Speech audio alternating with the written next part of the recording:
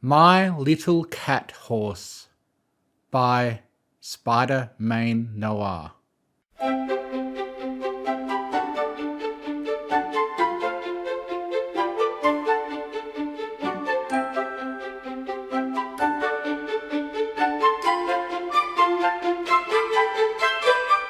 If I told you that I was living with a woman I'd met only a few months ago and that she was currently sitting in my lap while I pet her, you'd probably A.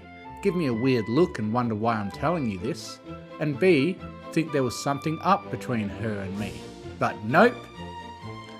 I should probably explain. This isn't Earth, and she isn't a human woman. This is Equestria, and she is a talking pony.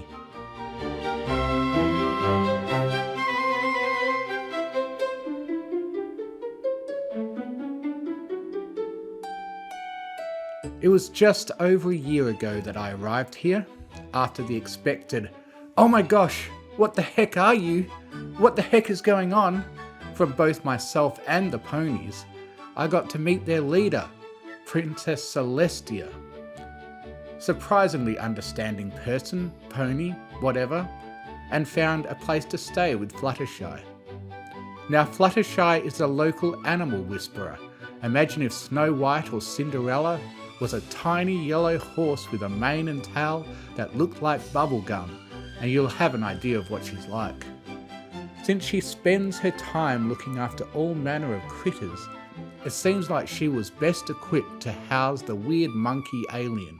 Since then, with Fluttershy's help, I've been gradually adjusting to pony society. On the surface it's not too different from back home, but don't let your guard down. Things are not always what they seem. To help myself keep track, I have begun compiling a list of helpful pony facts. For instance, pony fact number 1, magic exists.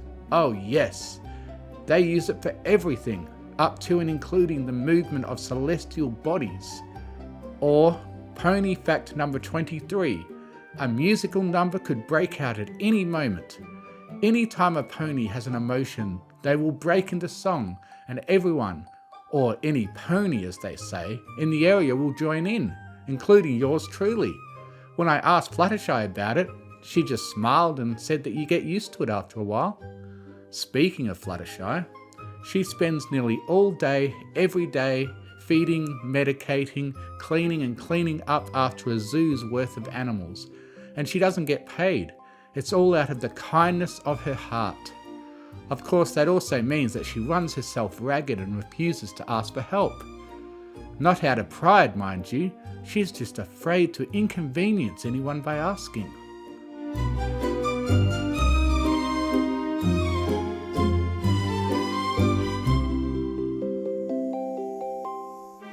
Honestly, it would be adorable if it wasn't so frustrating. It finally came to a head after one evening when Fluttershy was so tired that she could barely drag herself through the door, let alone up the stairs to her room. The next morning, as always, she'd woken up early and was preparing breakfast by the time I'd gotten up. Note to self, get an alarm clock. "Oh, good morning," she said with a smile. "I've made some delicious eggs and sausage for you." "Morning, Flutters," I replied, looking down at the meat she'd gone so far out of her way to find for me. After a minute I looked back at her.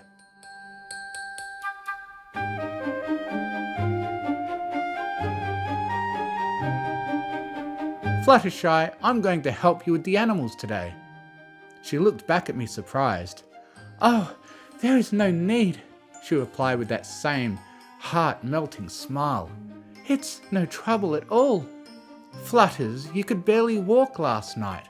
You spend all day working for free. You feed and shelter me. I can't just keep sitting around doing nothing while you wear yourself out every day." "It's really not that bad," Fluttershy said, looking at the ground. "Yes, it is. I just don't want to be a bother." Her voice sank down to almost a whisper. It was times like this that I needed to remember pony fact number 19. Ponies are incredibly stubborn.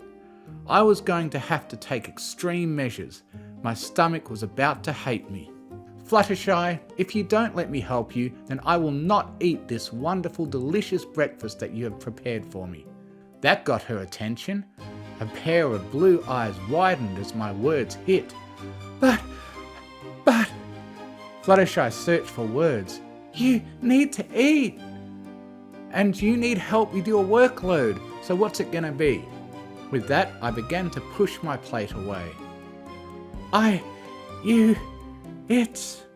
She held out her hoof as if to stop me, only to slowly retract it once she realised I wasn't going to relent. Oh, alright, if it's, not too much trouble. I promise you, it's not a problem. My response was suddenly interrupted by my stomach loudly reminding me that I had yet to eat anything today. Why don't you go ahead and eat your breakfast before it gets cold? Fluttershy said with a cute little giggle that made her nose wrinkle up. Right, I said, while mentally I was shouting, must resist urge to pet.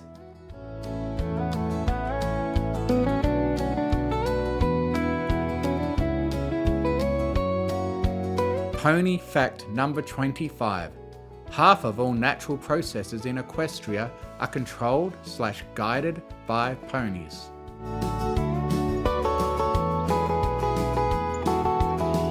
I had no idea how she ever did it alone. Every animal needed to be fed, to have their bedding changed, to be washed and groomed. Some of them needed medicines, some of them didn't want to cooperate, and all of them required large, heavy bags of supplies to take care of, and there were dozens of them. It took some getting used to, but eventually I learned the ropes and was able to help most of the different critters without Fluttershy constantly holding my hand. Well, so to speak. The animals, on the other hand, took a little longer getting used to me. Unlike my host, I couldn't just talk to reassure them, so I had to hope they'd eventually learn to accept me. One day, after feeding Harry the bear, nice guy, loves hugs, I mentioned something that had been sitting in the back of my head for a while. You know, Flutters, I said as I lugged the now slightly less heavy bag of fish over my shoulder. Where I come from, most of these animals do this sort of thing themselves. Fluttershy's actually words were muffled by the bag of birdseed she carried in her mouth, but the meaning was clear. Oh yeah, I continued. I mean, a lot of people do put out bird feeders, but deer, snakes, bears? I nodded back the way we'd come. They usually feed themselves. Heck, if a bear gets too used to humans, that's a bad thing. I would never have gone near Harry if I didn't trust you that it was safe. We reached a tree with several feeders hanging from it. Fluttershy flew up to one and began to fill it up. Oh my, she said.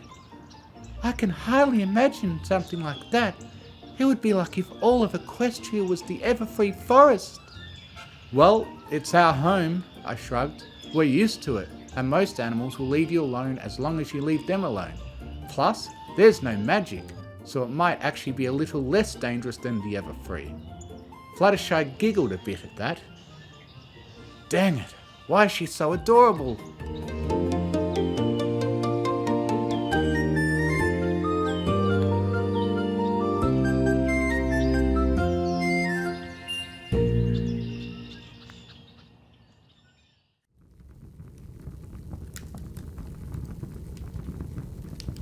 Evenings are usually peaceful. After dinner, the two of us will sit near the fire. Weirdly enough, ponies have electricity, but don't seem to use it in their homes, and talk about whatever comes up.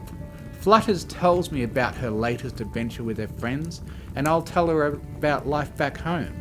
She especially loves to hear about the animals and how they compare to ones here.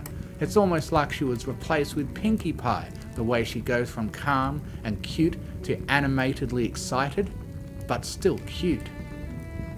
Now that I think about it, they even sound a little similar. I wonder if they're related.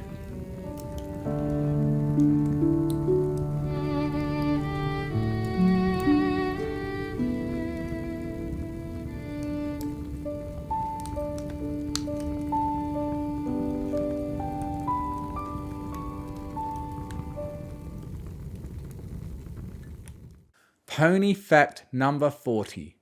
Ponies are fascinated by human hands.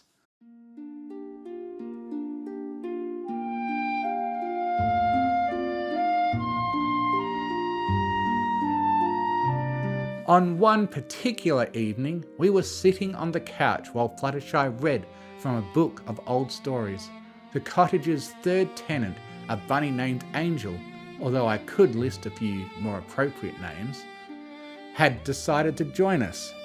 This critter had taken quite some time getting used to me, and by that I mean that a good day was one where he treated me like part of the furniture. That had changed, however, when he realised that human hands were very good at petting and especially good at giving scratches. Angel was currently sitting next to me while I absent-mindedly scratched the back of his neck. After a few minutes, I realised two things. One, I had zoned out at some point, and two, Fluttershy had stopped reading and was now looking at the two of us with a somewhat confused expression. "All right," she said, closing the book maybe a little too forcefully than necessary. "I think it's time for you to go to bed, Angel." The little rabbit tried to protest, but a quick application of the infamous stare shut him right up. As Angel hopped away, I turned my attention back to Fluttershy. This wasn't like her. Normally she'd let Angel stay up until he fell asleep by himself. She kept turning to me like she wanted to say something and then quickly turning away. Someone who'd only just met her might think that sounds perfectly normal, but when Flutters has gotten used to someone, she only acts like this if she thinks it's really important or really silly. "Are you okay?" I asked. She stared at the floor in a vain attempt to make it look like she hadn't been looking. "Flutters?" Well, I was just wondering." "It's alright, I promise I won't laugh. It's just..." She paused and took a deep breath. I was watching you petting Angel just now and, well, I was wondering what it would feel like to get pet like that."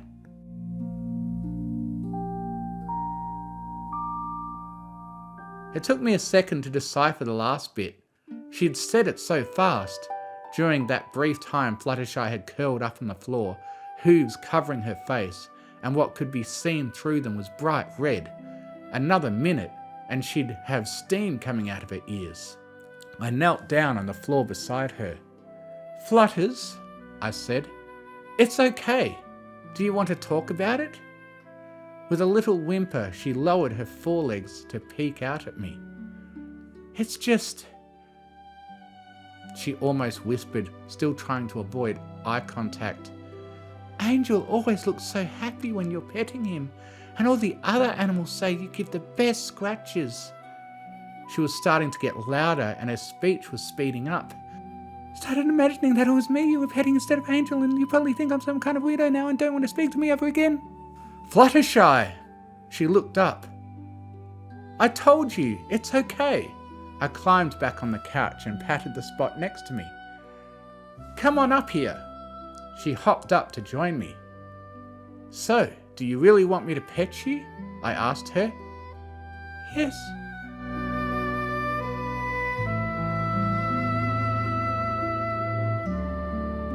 "Are you some kind of weirdo who I'll never want to speak to again?"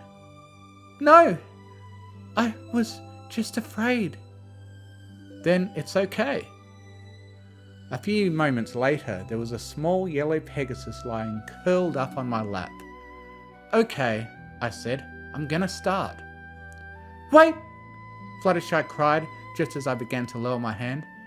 "Promise you won't tell any, Pony?" "Don't worry, I won't," I replied with a hopefully reassuring smile. "Pinky promise?" From the look of her face, I could tell she really meant it. "Cross my heart and hope to fly," that part always trips me up. "Stick a cupcake in my eye."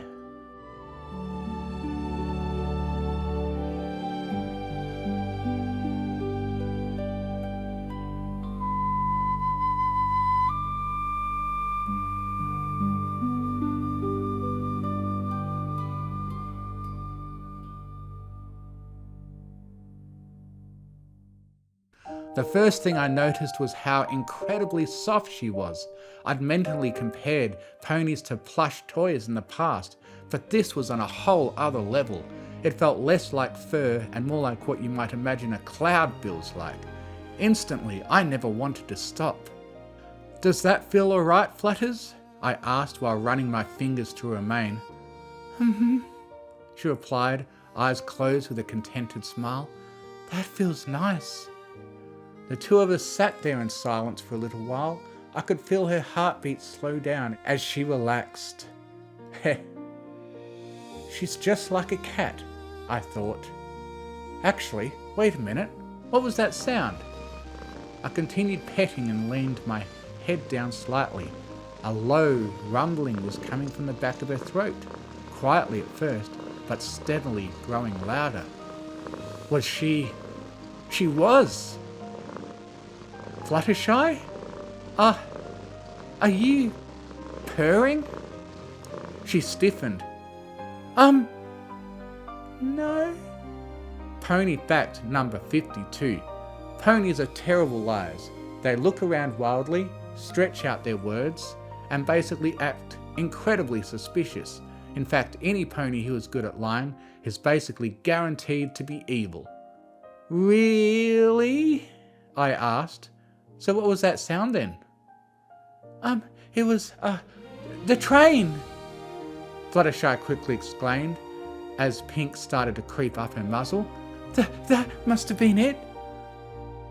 I don't think so, I replied, feigning ignorance. The train doesn't run at this hour. Oh, maybe it was Pinkie Pie out playing with your Vidaphone. Nah, couldn't be. That thing doesn't sound nearly as cute as you. About half a second later, I realised I'd said the last part out loud. Another half second and I realised that Fluttershy was staring up at me, eyes wide, mouth hanging open, and her whole face was red as a tomato. You think I'm cute? The words barely managed to escape her mouth. My first instinct was to deny it, to claim she must have misheard me. But now that I'd said it, I couldn't take it back. I decided to go for it. Yes, Fluttershy, I began after a deep breath. Yes, I do. And I think you are the sweetest, kindest, most adorable person I've ever met. Yes, I said person, not pony. I'm including humans in that. And I am so happy to have met you and to know you, and I hope to show you just as much care as you have given me. A moment of stunned silence followed. For a second, Fluttershy looked like she was going to say something, only to instead leap off the sofa and practically gallop out of the room. I guess I should have expected something like that. After a few seconds, I decided that I should get to bed. Just as I was about to blow out the candle, there was a soft knock on the door. Outside stood a small yellow and pink Pegasus.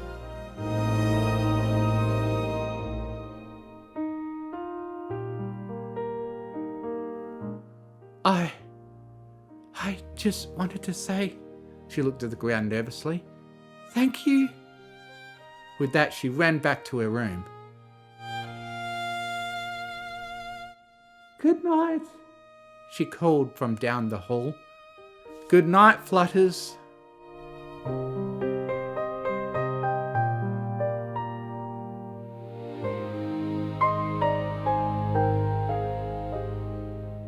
Like I said, there's nothing going on between us. Nothing at all.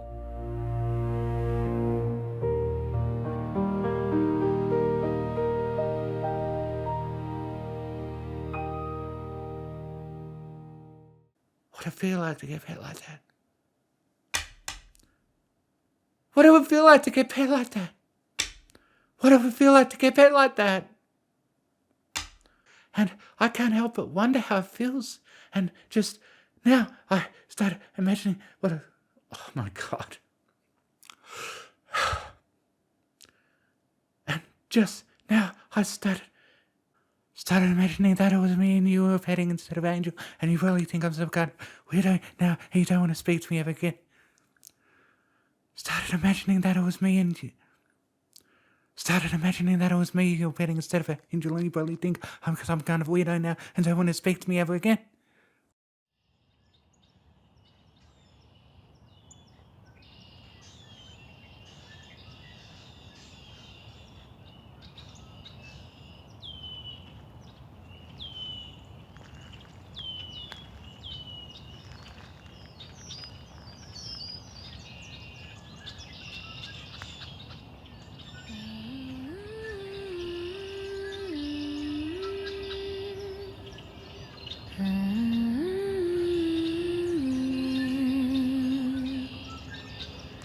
La la la la la la la la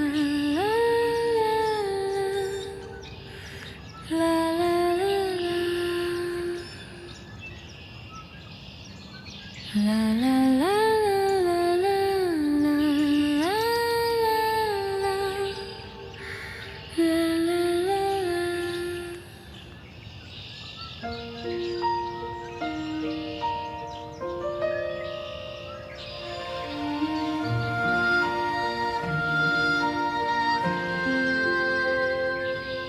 In the meadow with my friends, the morning feels so new. Every bird and every bunny, they know just what to do. But then I see him smiling, so different, tall and kind. A stranger from another world with questions in his mind. He helps me with the feeding, he carries things with care. He listens when I'm weary, he's always truly there. And though he seems so foreign, I see what others can't. The way his hands bring comfort with every gentle pat.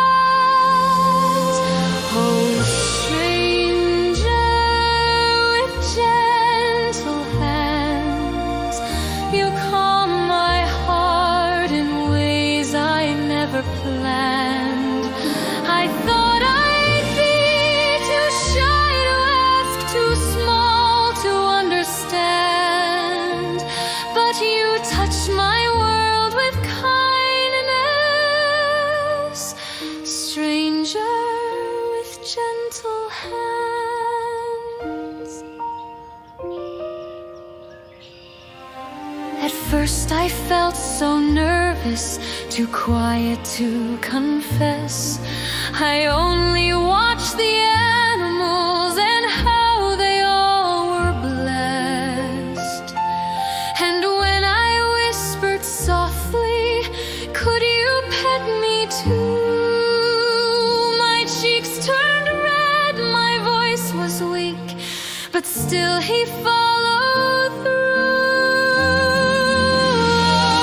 Stranger with gentle hands, you calm my heart in ways I never planned. I thought I'd be too shy to ask, too small to understand, but you touch my world with kindness, stranger with gentle hands. I never knew the warmth could be so sweet, like clouds beneath the sky, so soft, complete.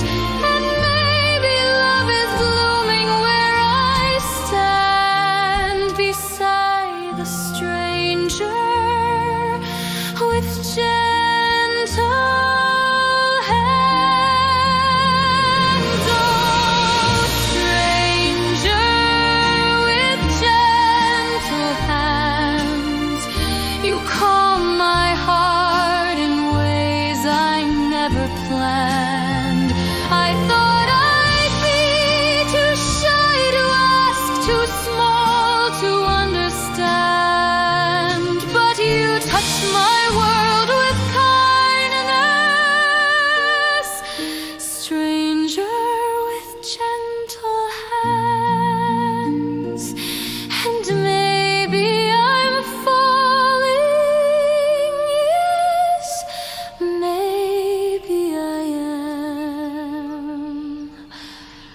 for the stranger